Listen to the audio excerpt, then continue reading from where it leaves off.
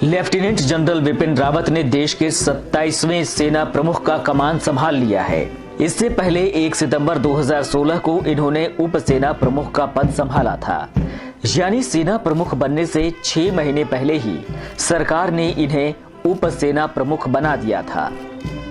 उत्तराखंड के पौड़ी गढ़वाल जिले के डाडा मंडी क्षेत्र के सेना गांव में जन्मे BS रावत के पिता LS रावत भी सेना में थे और वे भी सेना से लेफ्टिनेंट जनरल पद से रिटायर हुए हैं। फिलहाल इनका परिवार नोएडा में रहता है।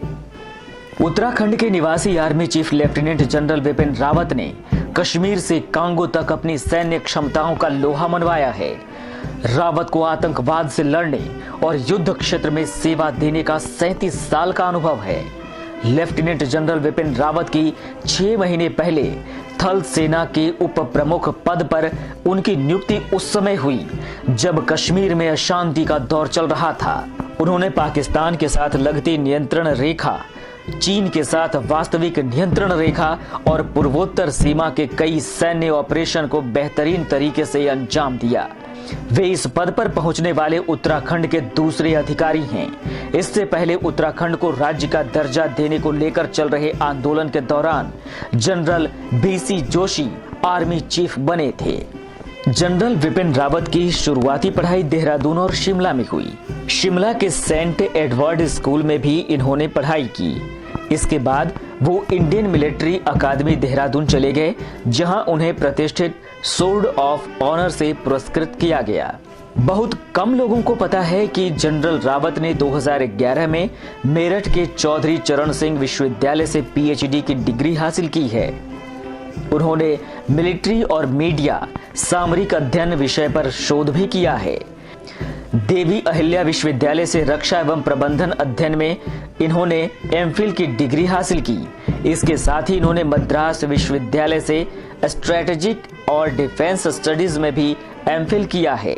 मगर इससे पहले उन्होंने वेलिंगटन के डिफेंस सर्विसेज स्टाफ कॉलेज से स्नातक की डिग्री ली।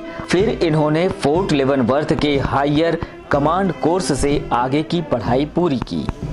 जनरल विपिन रावत के सेवा काल का सबसे भावुक पल था जब वर्ष 1978 में 6 दिसंबर को उन्हें 11वीं गोरखा राइफल्स की 5वीं बटालियन में पहली बार कमीशन किया गया।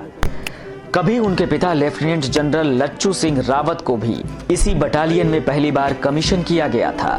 पिता के अलावा भी रावत के परिवार के कई लोग सेना में काम कर चुके हैं। वो लगातार दूसरे अफसर हैं जो गोरखा बटालियन से सेना प्रमुख के पद पर आए। पूर्व सेना प्रमुख दलवीर सिंह सुहाग भी गोरखा राइफल्स से ही थे। पुरस्कार और सेवा। लेफ्टिनेंट जनरल रावत 1978 में IMA देहरादून से पास आउट होने वाले सर्वश्रेष्ठ कैडेट रहे हैं। उन्हें तब अवार्ड ऑफ ऑनर से सम्मानित किया गया था।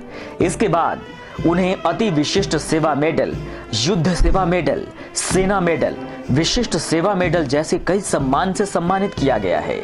इन्हें थल सेना अध्यक्ष की विशेष प्रशस्ति से सम्मानित किया जा चुका है। कांगो में मल्टीनेशनल ब्रिगेड की कमान संभालने के साथ ही वे UN मिशन में सेक्रेटरी जनरल और फोर्स कमांडर रह चुके हैं। अपने कार्यकाल के दौरान उन्होंने पूर्वी सेक्टर और लाइन ऑफ एक्चुअल कंट्रोल के अलावा पूर्वोत्तर राज्य और भारत प्रशासित कश्मीर में भी फौज को कमांड किया है। पूरे कार्यकाल में से 10 साल तक इन्होंने सरहद पर से घुसपैठ और हथियारबंद संघर्षों को डील किया, जिसमें पहाड़ों के दुर्गम पोस्टिंग भी शामिल है। इसी दौरान वर्ष 1987 में सुमडोरोंग चू घाटी में जब कर्नल के रूप में तैनात जनरल रावत उस बटालियन का नेतृत्व कर रहे थे जिसने हमला कर चीनी फौज से लोहा लिया और उन्हें पीछे हटने पर मजबूर कर दिया।